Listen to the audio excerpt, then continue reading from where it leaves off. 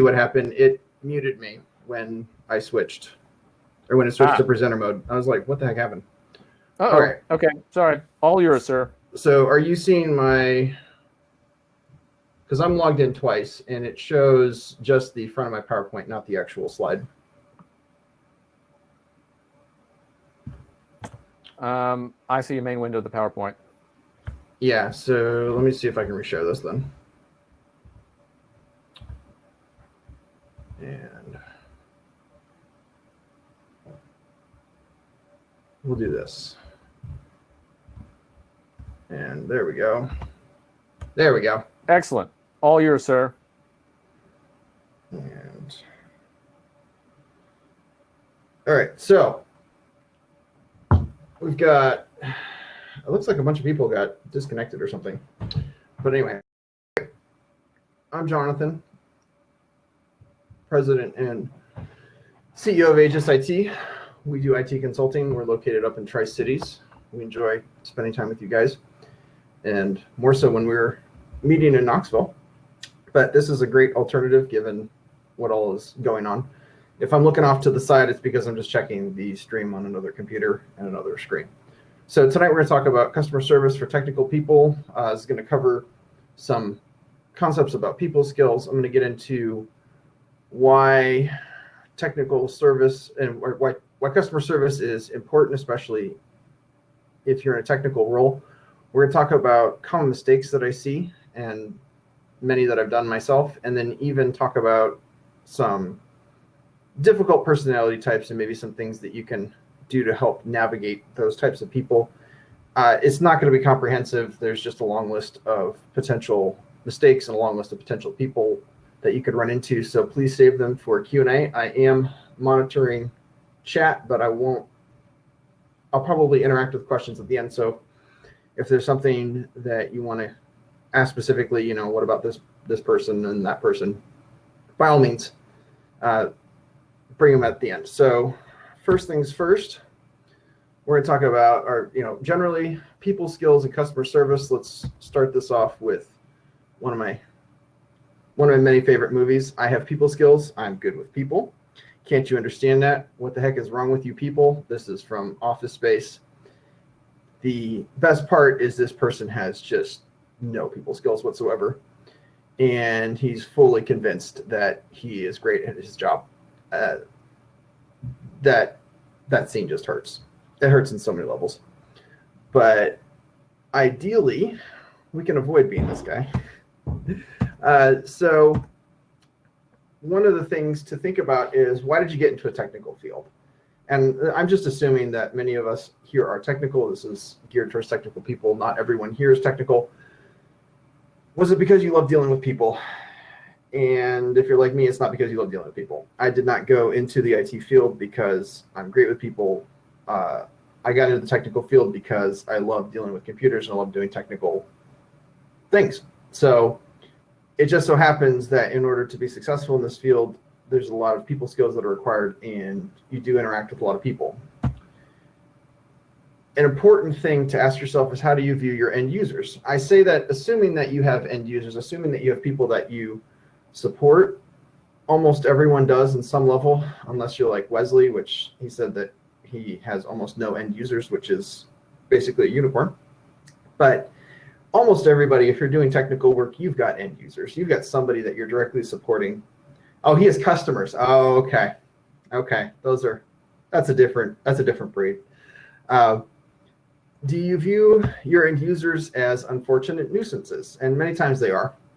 Many times they are troublesome and problemsome, and they cause problems for you, and they break things, and 4:59 is a wonderful time for them to decide that something has gone down. Or are you there to help them succeed? I try to spend more time personally on the idea that I'm there to help them succeed and less time on unfortunate nuisances. When I was doing internal IT, it was much easier to camp on the first one and view people as nuisances.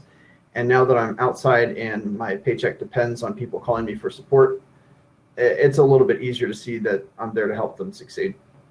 But that doesn't mean that you have to be where I am to see that. And then this was a hard question, and I spent a lot of years working on this one. How self-aware are you on how you impact other people? Are you, and we're going to talk about some mistakes, and when we get to the mistakes, I've done all of them. This is self-reflection time. The self-awareness is missed, especially when I interact with people who are extremely technical. I'm not going to get into questions of autism on the spectrum because that's a whole different issue. I'm not qualified to talk about that. But I will say that I've spent a considerable amount of time and energy trying to be self-aware, because I've had many times where I've negatively impacted people even when I'm trying to help them, and I'm just not aware. I just don't know that what I'm doing is causing problems. And so this self-awareness, I'm thankful for other people who've helped me with that, as well as giving me feedback. That by far has had one of the biggest impacts on how I view other people and how I approach supporting other people in a technical manner. All right, so let's talk about some stereotypes and misconceptions. If you're talking about IT people, technical people,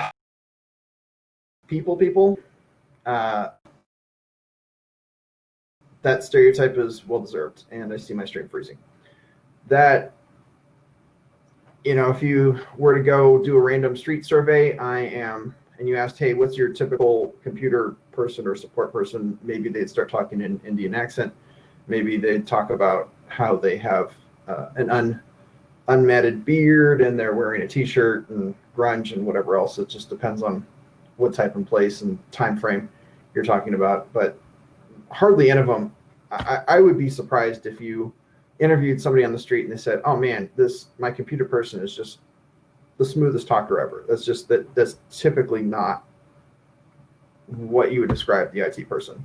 We tend to prefer things to people. I know it's true for me. I've got clients that are going on vacation and they're talking about all the things that they're doing. And I'm just sitting there thinking, my ideal vacation would be to be home with my phone off, not responding to emails on my computer. I mean, that's just, yeah, thank you. Yep, exactly. Wesley's giving me an amen there. And you know what? That's just what I would probably prefer. It means that I wouldn't have to respond to things.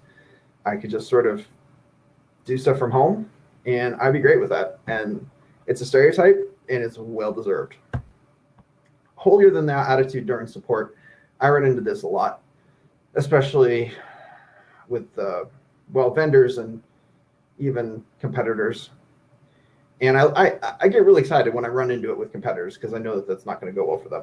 The holier than thou, or the greater, or I'm the smartest person in the room, that attitude is, I run into it a lot. It's sort of a stereotype because this is a field that does take a high degree of expertise. We might not go to medical school for 30 years to get a doctor's degree or whatever, but it's still a considerable amount of time to be able to be good at what we do. Incomprehensible explanations, jargon. There's a lot of jargon. There's a lot of acronyms. We'll talk about jargon later on. It's a common mistake, shall we say. And what I've discovered is, just like with many other facets of life, having jargon, having acronyms, it allows you to have complex and detailed conversations while cutting through some of the nonsense. It's a faster way to talk. And if you're not an insider, if you don't know the jargons, if you don't know the acronyms, it's just, you're at a loss, and you get shut out basically. All IT people are like this. I'd say that's more a misconception. I certainly know other IT people that are really solid on the people skills, but I would say that it's a stereotype that's well deserved. And finally, that we will never change or improve. I'm here to say that that doesn't always have to be the case. The person that you see now, the person you interact with me now, there's been a lot of change and improvement. I was wondering if John Lewis would be here. I've known him since high school. He would have lots of stories of me being socially awkward and not being comfortable around people, because that's who I was in high school. So there is plenty of room for change and growth, and you don't have to be locked into the stereotype, and you don't have to be making these common mistakes. So ways that we encourage the stereotypes: higher emphasis given on technical knowledge and skills development, and a lower emphasis on solving people problems. You start talking about IT people, you start being in school, you're going to talk about certifications, you're going to talk about skills, you're going to talk about, I can do this with AWS, I have this Microsoft certification, I can do this with Cisco. You start talking products, you start talking services you can provide, you start talking about problems you've solved. I bet you'd be hard pressed if you went in a room and started asking, so what are wonderful people problems that you solved, and how have you been able to handle this particular issue with this particular person? That's going to be a lot rarer. And I would say that we in this industry put a lot less emphasis on it. And so it ends up being a bad feedback. I was cracking up when I thought of this. For those of you who have had networking classes or have to deal with OSI, you've got the physical data network transport session protocol and application layers, the 7 layers. There's almost always an acronym associated with it. The easiest one I've remembered is please do not tell salespeople anything, mostly because I just have a bad view of salespeople. Joke's on me, I have to do sales for a living. But the reason why it's so memorable is because, and I would say this is true with other people I know, we tend not to like salespeople. Let's just be honest. If you say salesperson, I think weasel. Like a sales weasel. That's just generally how I view salespeople. So as someone who has to do sales for a living, it's, these stereotypes are well earned. And I do encounter vendors that I deal with all day, and I encounter salespeople from my competitors. And when they're just trying to sell for the sake of selling, and what they're doing is not necessarily helping the client, it's helping their numbers or their bottom line, then yes, there is general disdain for salespeople. But once again, it doesn't have to be that way. And this happens a lot, and we internally have been known to do this, joking about how dumb or incompetent other people are. I mean, sometimes it's okay in private. Frequently, I'll talk about different issues at different clients with the guys, Ken and Nicholas. And I try and keep it educational, but there are times when we'll just be talking amongst ourselves, and it'll be, man, this person did this just really dumb thing, and they clicked on this thing, and now we've got to clean this computer, and now it's going to take X amount of time to delete all this other stuff that they did, and they got this computer infected, and now I've got to tell the boss that this person wrecked this network because of whatever. Most of the time, they're on a website that they shouldn't be on. I'll leave that to your imagination. So there is there's an amount of time when that's okay. It's when it happens in front of other people, or if you're with other people in other departments or coworkers, that's just not good. When you're doing it in front of other people, and I've seen this happen. I mean, when I was my first job out of college, I was doing IT work at a bank, and our department was there on the same floor as marketing and accounting. And it was a bit more open. We had desks and cubicles, but they were all together, and it was a bit more open than your standard office. And the other guys would just be joking back and forth about different issues and different people and how dumb they were, and how every Monday morning we'd have to be resetting 30 passwords because people forgot their passwords over the weekend. And it was just the same thing every Monday. You could even tell when people came back from vacation because they'd have even more passwords that they've forgotten and have to do resets for. And when it's an open and you have other departments that can hear what's going on, that's probably not great. And you're just encouraging some of the stereotypes of the fact that IT people can be jerks, basically.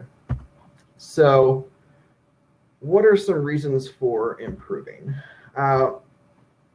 This can be pretty important depending on your role. I work hard to have good rapport with clients. I work hard to have good rapport with vendors. Work hard to have good rapport with other employees and other people that work with us. That there's a lot of benefits to that. My networking group, the motto is givers gain. The more you give, the more you're going to get. The golden rule, do unto others as you would have them do unto you. These are both very, very true, especially when it comes to career. That doesn't mean you're going to always get everything back. You think you're putting something out, that person is not going to reciprocate 100% of the time. But I will say this, that my best clients, my best referrals, my best opportunities have all come from somebody looking out for me in ways that I wouldn't have expected, or someone looking out for my company. Here's this great referral. This person needs this help. This person has this network that's down, the server's down, and now we've got a really great client, and we've got some really great work.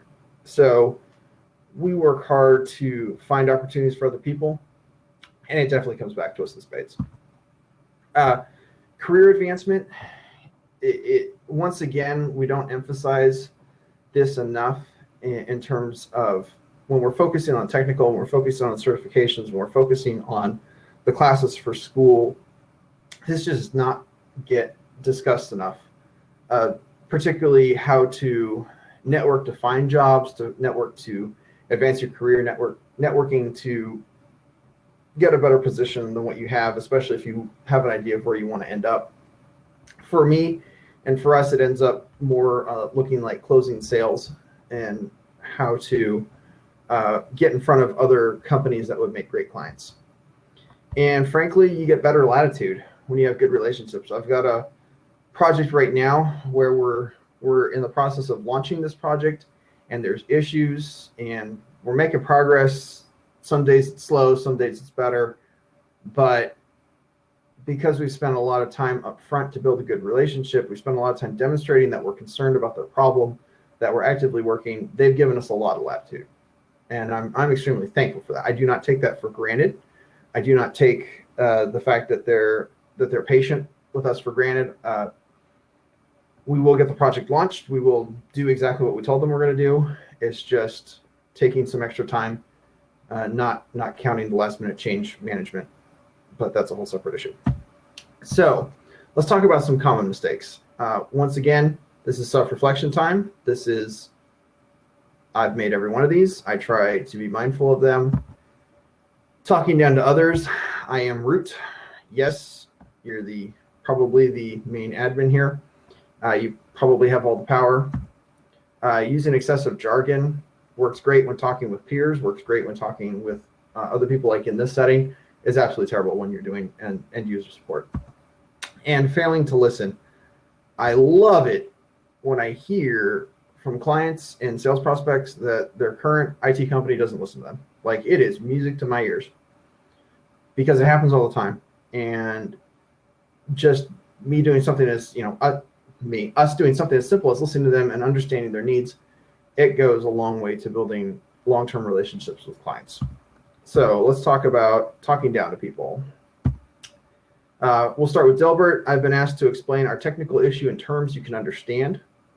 This is going to go well. Good. The software, it no worky. He was dense and touchy. It's a bad combination. I love this.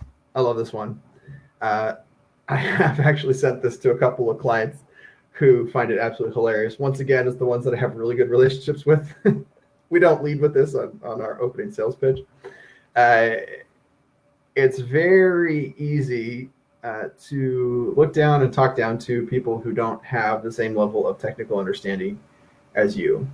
And it's a stereotype because it happens all the time. I run into, when I hear, this particular company is doing their IT support, if I'm out meeting with somebody, I can almost, I've had enough interactions with what my competitors are saying and doing that I have a pretty good idea of the ways in which they're doing this. Yes, we know you have root. Yes, we know you have years of experience in your field. Yes, we know that most users cannot troubleshoot their way out of a paper bag. No, this doesn't give you grounds to treat them as beneath you. It's just being professional, honestly. And it's called good customer service. So this might be as simple as, you're looking down on them because they don't understand why rebooting is a good thing to do in this case, or they've got this blue screen of death and they don't know how to take 30 seconds to Google what the stop code is or even understand what the stop code is. It doesn't matter. That's not grounds or reasons to talk down to them. Another common mistake is jargon. Anyone watch the IT Crowd? One of my favorite shows. This is Moss. Moss is particularly good at being incomprehensible. This is a phone call that he gets one of the first episodes. Hello, IT. Yaha. Have you tried forcing an unexpected reboot? See, the drive hooks the function by patching the system call table, so it's not safe to unload it unless another thread's about to jump in and do its stuff, and you don't want to end up in the middle of invalid memory. Click. Hello? Yeah, don't be like Moss. He is hilarious in the context of the show, but I would not want to be on the phone with him if I was an end user trying to get support, because this is not a helpful phone call. This is not somebody who is, yeah, I'll put this over here with the rest of the fire. Thank you. Wonderful episode. The fire extinguisher catches on fire, and the joke is that it's made in Britain. I might have seen the IT Crowd a few times, and it's just wonderful. If you've not seen it, you should. It's on Netflix. So what he's saying might be technically accurate. Well, in the context, in the context of the phone call, they're passing it off as technically accurate. It's a TV show, but it's absolutely horrible in the context of helping somebody who has a problem. So if you're throwing jargon left and right, and when you're trying to talk somebody through something, it's usually not received very well. You're basically leaving people out. I've seen it breed resentment from other people. It just does not go over well. And it will frequently make the problem worse because, in this case, the person hung up because they just don't understand what's going on, and he's not helping them with their problem. So now you have something that's an issue, and it's not getting any better. Another common mistake is fail to listen. We've got another one of my favorite films, Dumb and Dumber. Came out when I was 12. I think I was their target audience at the time. Yeah, I called her up. She gave me a bunch about me not listening or something. I don't really know. I wasn't paying attention. Another classic one is, and then she complained about why I wasn't listening to her, but that's a really weird way to start a conversation. I've heard that one before. So when you're failing to listen, yes, we know that users lie. We know that they cover their tracks and avoid blame. People still want to be heard, and if you're not listening to them, they're not going to feel appreciated. They're not going to feel like you're understood, and you might not even fix the right problem, and it just appears rude. And I absolutely love it when people tell me that their current IT person doesn't listen to them. That's a really easy sell, because we work hard to make sure that we're understanding what they need. We work hard to make sure that we're addressing the problems that they're telling us, as well as potentially bring out problems and get to problems that they might not realize that they have. The only way you're going to get to that point is if you're listening to them and understanding what it is that they're trying to say. It's a quick way to show somebody that you're looking out for them and that you appreciate them. So let's talk about some people types that I particularly dislike and that I've encountered many times over the years.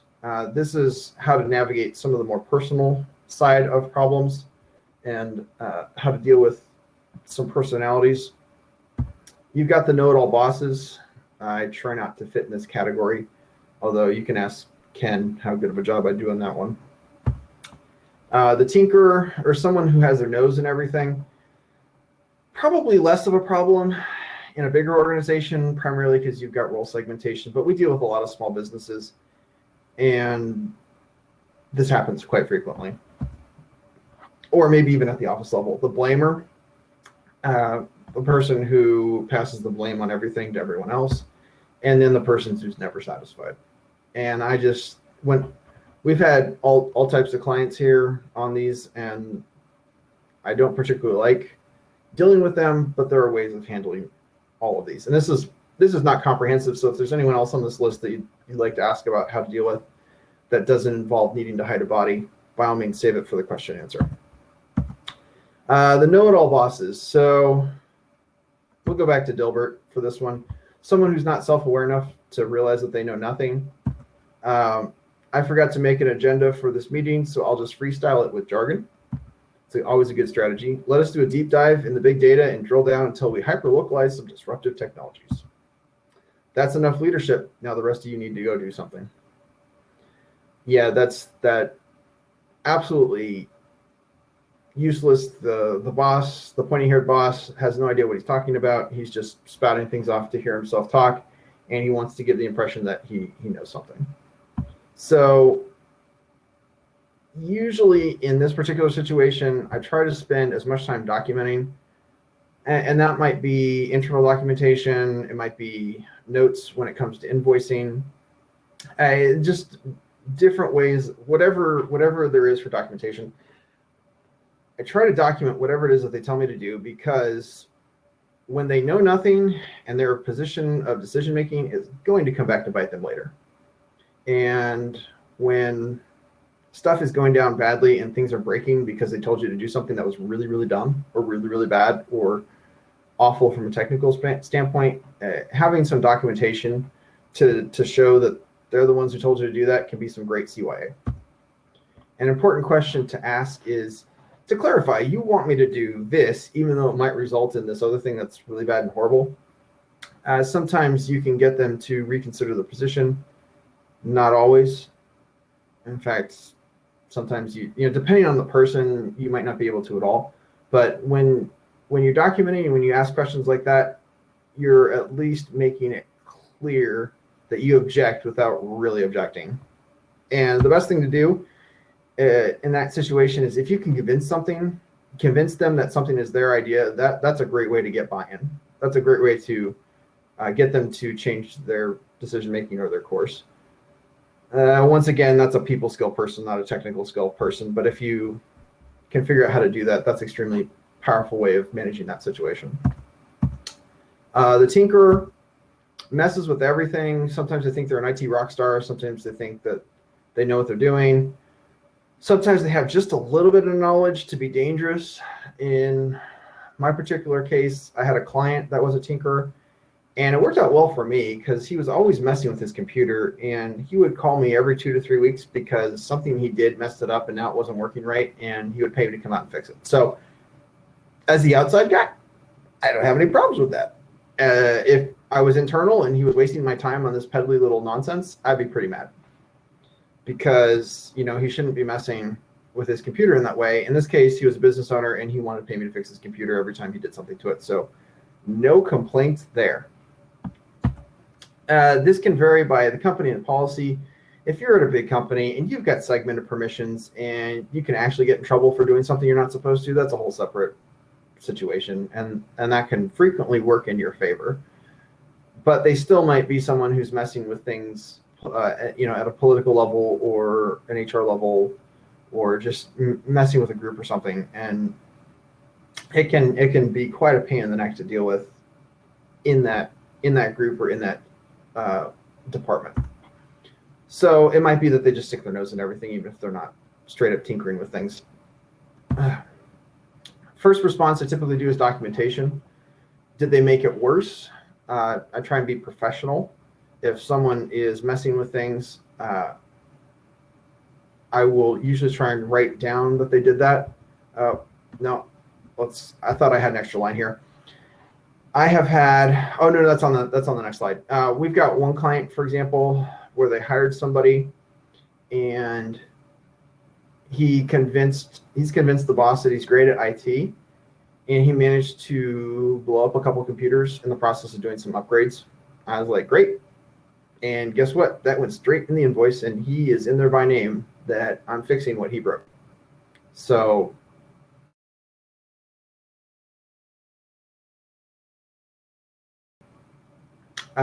do and all these responsibilities, and that's for him.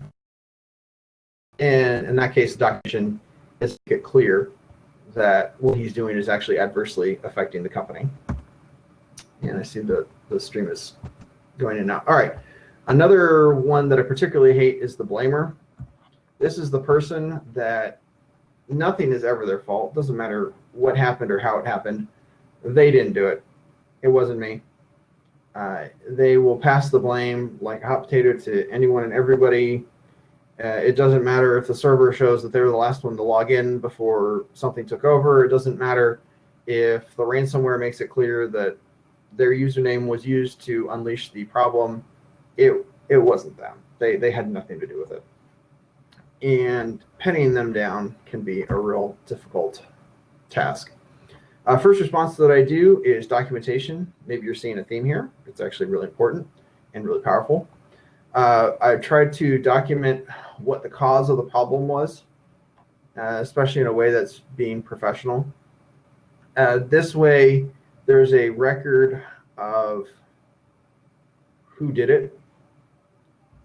And I've had sometimes, if they're particularly bad, I will mention them by name once again in invoices. That's my primary way of communicating and documenting problems with clients. At least that's client facing is in my invoices. Maybe you have a ticketing system. Maybe you have other means of documenting.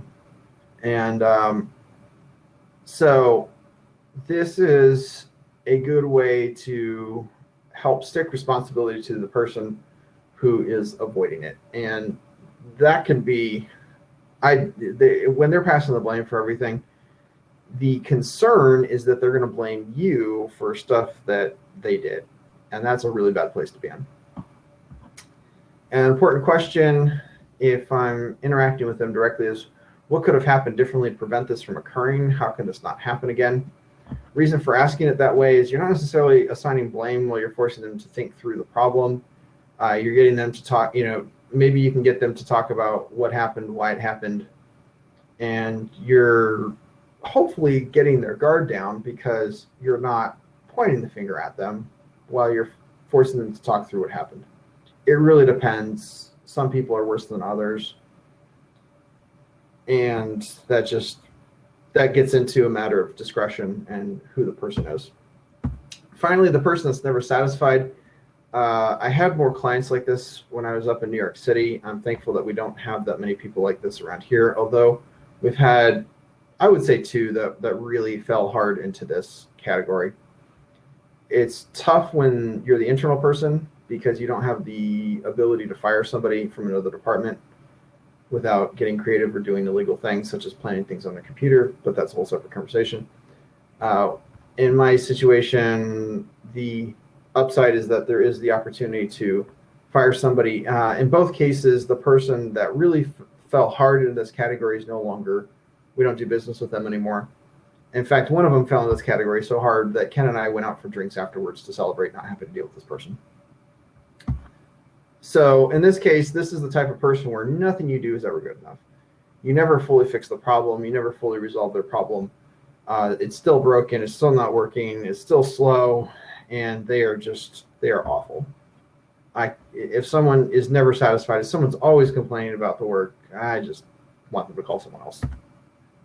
First response, I try and document what the issue is and why the resolutions are not sufficient. It depends on, if it's a manager and they have someone over them, then sometimes I can appeal to the owner or someone higher if I'm saying, hey, this, we've done this and this and this, and this person's still not satisfied.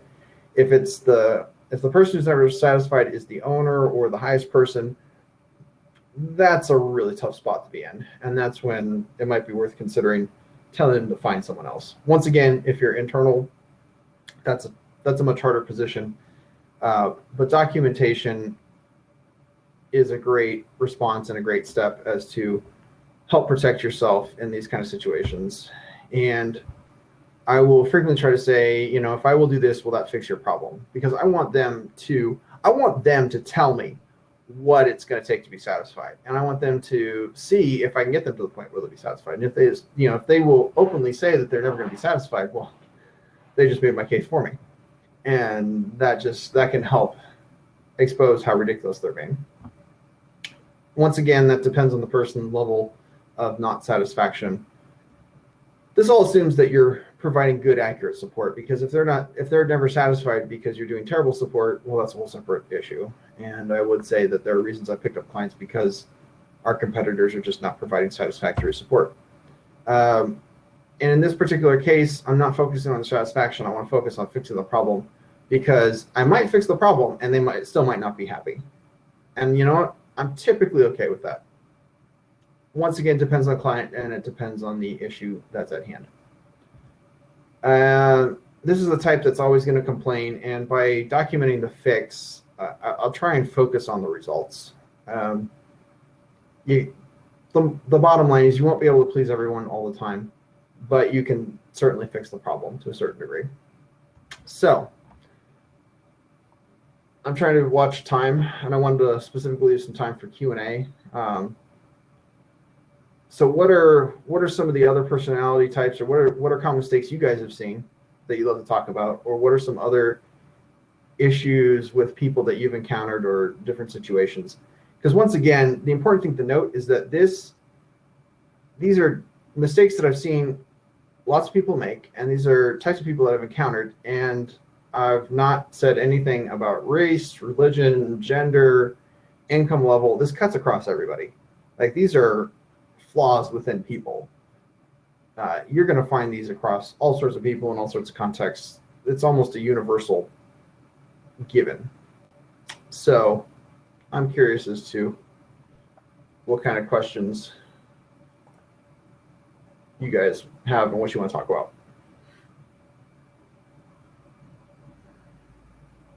What's the worst customer experience you guys have had, or customer service experience, or people experience that you guys have encountered?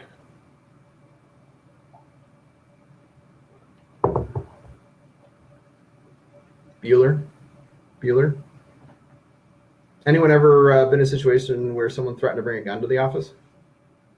That was a fun one.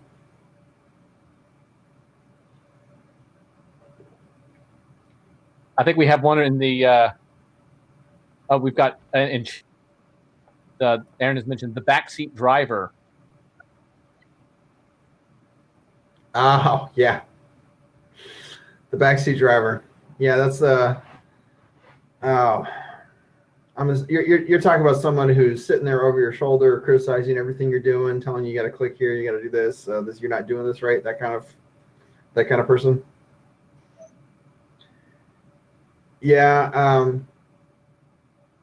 That thumbs up. Yes, that's what you're. Okay.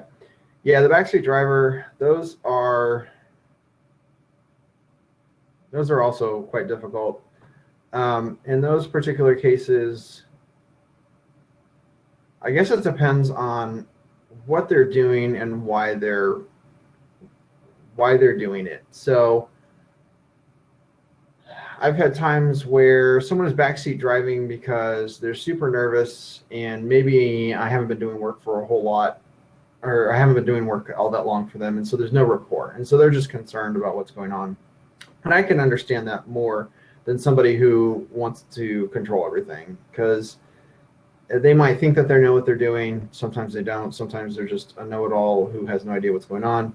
Sometimes they do know a decent amount, once again, enough to be dangerous, but they don't know the ins and outs. The whole reason they're calling you is because they can't fix it themselves. But they still want to give off the attitude that they can. It sort of depends on if, is that an ego-driven thing? Are they just wanting to demonstrate that they could do it themselves, but they don't really want to? I'm trying to think what good questions, or how do I get them out of my hair? You could be direct. If they're really bothering you, could say, "Would you like to fix this yourself?" That could be difficult, because then that'll put them on. That's a good way to get them back on their heels, because the whole point of you being involved is that they can't. So, if they're trying to direct you and tell you how to fix it, hey, would you like to fix this? Here's the keyboard. Here's the mouse. Go fix Andy it Cal yourself. mentioned that he had a claimer in charge of a $1 billion revenue system. I'm sure he's got anecdotes there. Oh man, yeah. What's your favorite, Andy, or what are some of your horror stories?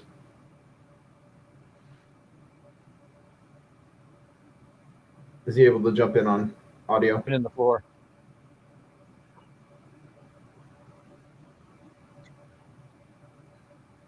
Yeah. Hey, there we go. So, that was one of the critical systems at a previous company. I shouldn't name my previous.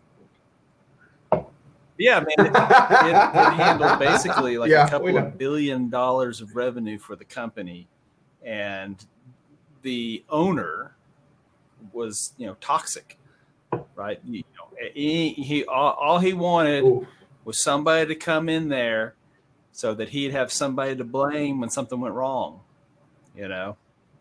And yeah, it was not fun, and you know, I couldn't fire him. So. Oh yeah, that's a tough one. That's document because. Well, fortunately, you know, they had a reputation. No, you know, that stuff gets around. People start to understand that. Okay, yeah, you know, I know how he is.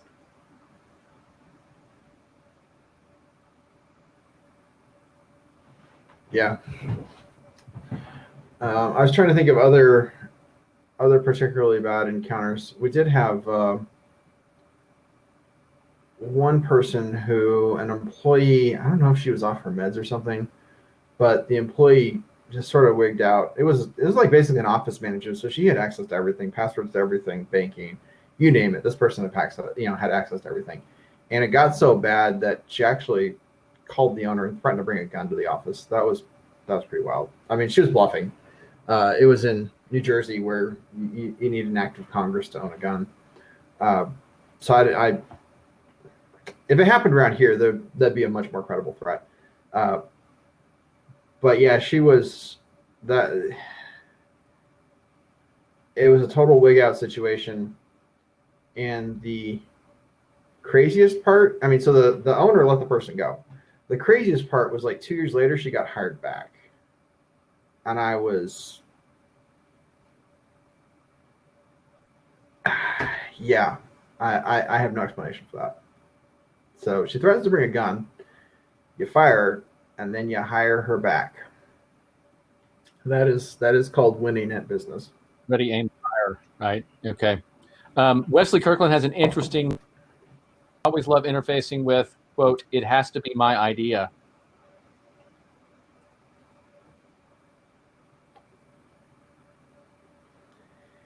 Yeah, that's an ego thing typically, from what I've seen. I mean, I really have no problems when other people get credit for things. That's if someone has to be the person who gets credit for it. There's something that they think they're gaining from that. Maybe it's reputation. Maybe they think that that's going to get them a better bonus, or more financial, or they're just that arrogant. So, I mean, a good way to deal with that is get them to take credit for things that are going to fail. You could come up, you could get them to think of things that are going to be disasters and say, here, take credit for this because we really want you to take credit for this. That's a bit more on the maniacal scale, or depending on how bad they are. If it's somebody that's got a manager that you can talk to, maybe you can talk some sense into them, or explain, once again, documentation. Pretty much the best thing, the thing that I've learned the hard way is having just overwhelming amounts of documentation. That is the safest way to be able to navigate a lot of these problems. And I don't mean sit down and write every single thing that every person at your office does. But if it's clear that someone's becoming an issue, or there's red flags as to this person's becoming an issue, take extra special notes, especially if you see patterns. If this person is constantly doing this, this person is constantly needing to take credit for this, that's when you start turning up the documentation on what they're doing and why they're doing it and how they're doing it. So yeah, if it's a company owner or something, like a high level person that always has to take credit. Apparently I just got invited up here. What do you got in mind, Wesley? Because you have some stories, dude. Do what, Ben? Okay. Well, no. So one thing on that was at a previous company, our VP was very notorious for it had to be his idea. At my current company, what you said, Jonathan, is very much true. When you start to see patterns, you write them down. And OneNote's really great for writing down people's failures, and then it will be noticed eventually. So that's always a nice thing to have. Yeah.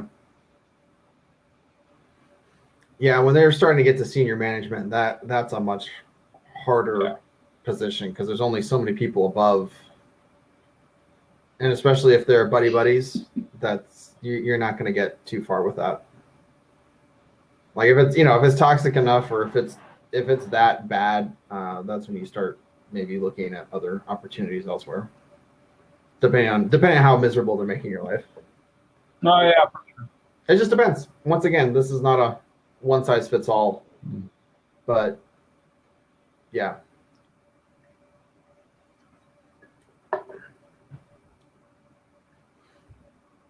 Anything else? How is it at Oak Ridge and some of those bigger places? I mean, I know you got, like Ben, I know you're playing politics at a certain level, but I'm guessing that some of the policies are making some of these things more difficult for people to do. Well, I'm trying to turn my camera on here. There we go. I'm here. I've actually had a good, positive relationship with most of the people that I've interacted with. Right. We have a lot of, we work with a lot of highly intelligent people with advanced degrees who are actually surprisingly humble and willing to work with you and admit what they don't know. So I haven't had, I could, tough experiences, difficult customer experiences, maybe one or two, right, that aren't even that memorable. So, so far it's been great. But I don't know. That's really good. Aaron, That's rare. Mr. Hahn may have other experiences too. He might want to share.